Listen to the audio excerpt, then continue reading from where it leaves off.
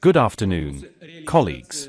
We will discuss the status of implementation of the Infrastructure for Life national project today. The issue is about ensuring continued development and improvement of the vast swaths of land in our country, creating a modern, comfortable, safe and friendly environment in all regions and municipalities, solving housing issues, and creating jobs, as well as ensuring wide availability of transport and social services, and high-quality and safe roads.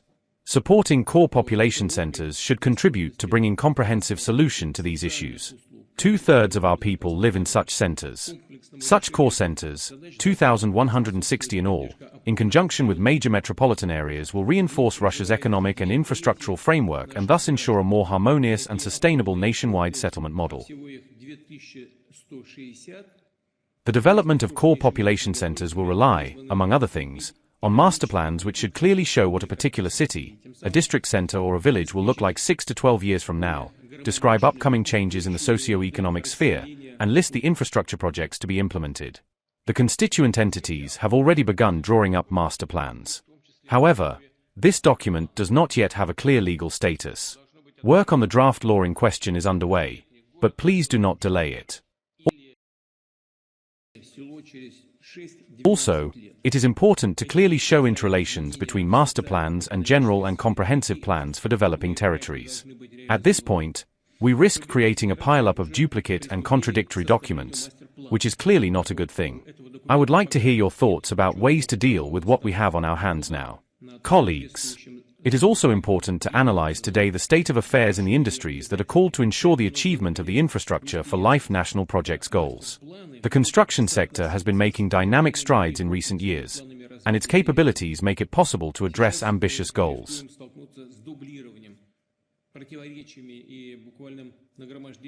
As you may be aware, the plan is to build 1.383 billion square m of housing by 2036, of which 663 million square m by 2030, or 33 square m per person on average. However, given the current market and macroeconomic situation, there are risks of a slowdown.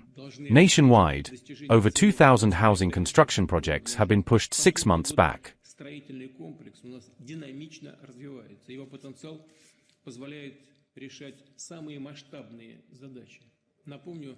Developers are facing a decline in demand which, in turn, is falling due to the high cost of money. Mortgage lending, which recently hit record highs, is contracting. In addition, not all citizens, or families, who are entitled to low-cost mortgage loans, are willing to take them out. Banks impose extra 5 to 10% commissions on them.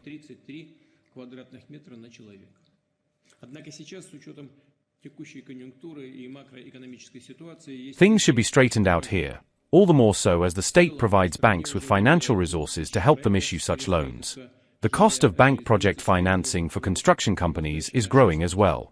Against this background, coupled with falling demand, the launch of new projects has also fallen by 23% compared to last year.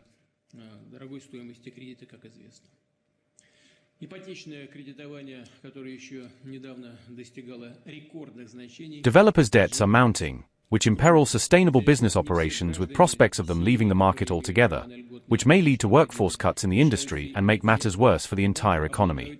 Clearly, the government, in conjunction with the Bank of Russia, needs to take measures that match the situation. In addition, it will be necessary to draft a temporary interest rate subsidizing program for construction project funding loans primarily in small towns. We have discussed this several times on earlier occasions, and I would like you to pay close attention to this.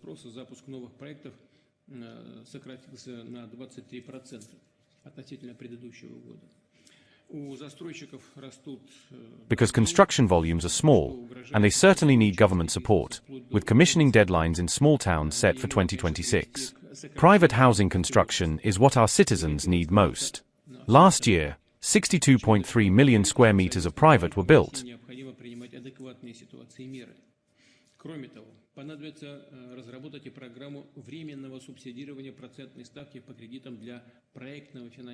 Which is about 58% of the total housing input in the country.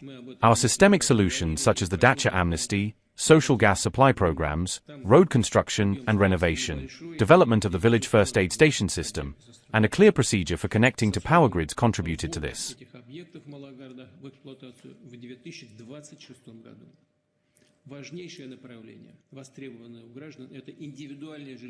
All of these are important for people. It is necessary to increase this segment of housing, pay special attention to land plot allocation, infrastructure, and create reliable mechanisms for people to invest their assets in building a house. Today we will also discuss plans to relocate people from dilapidated buildings. Программы социальной газификации, строительства и обновления дорог, развитие систем ФАПов. 345,000 people will move into new apartments by 2030, and at least 6.2 million square meters of housing unfit for habitation will be liquidated. However, we should understand that the volume of dilapidated housing may grow faster than before, almost 2.2 million square m per year, including because the lifespan of the buildings erected en masse during Soviet times is expiring.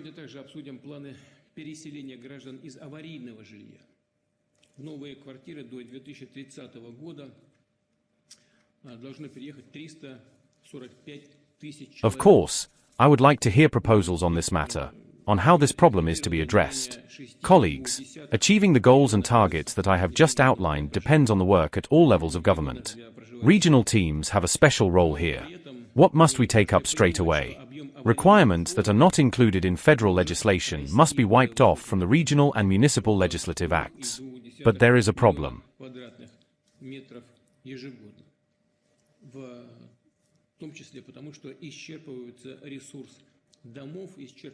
While some things have already been cancelled at the federal level, they are still in effect in the regions.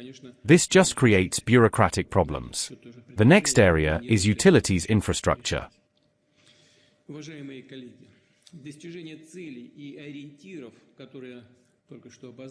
Over the past 6 years, more than 600 billion rubles have been allocated from the federal budget alone for its development, with 3,655 different infrastructure facilities and more than 10,000 kilometers of networks being upgraded. Estimates show that a broader renovation of utilities infrastructure until 2030 will require at least 4.5 trillion rubles, both from the budget and private investments.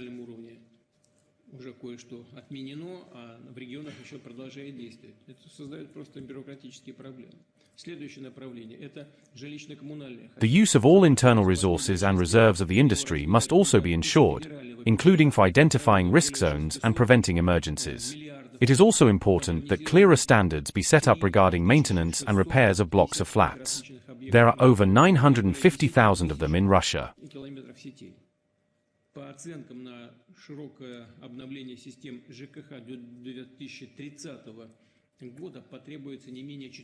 People living in all of them must understand how the fee for housing services is calculated, and, of course, how and where these funds go, including fees for major repairs. These areas are administered by property management companies. Much has already been done to improve the quality and transparency of their performance, and licensing requirements are being tightened.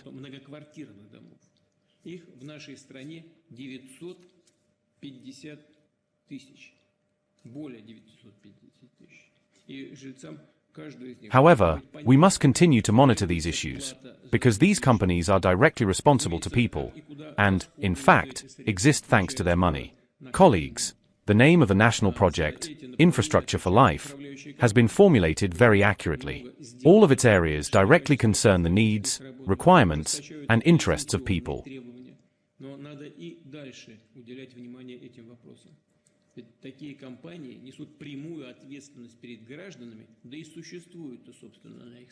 Developing and renovating roads is one of these areas. Today, more than half of regional roads and 85% of the road network in 105 urban agglomerations meet the standards.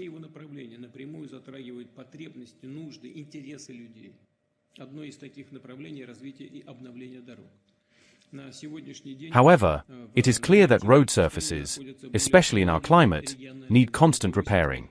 Therefore, the current momentum should not be slowed down, and the tasks set in this area must be solved with high quality and effect. Let me add that the new national project envisages further development of public transport.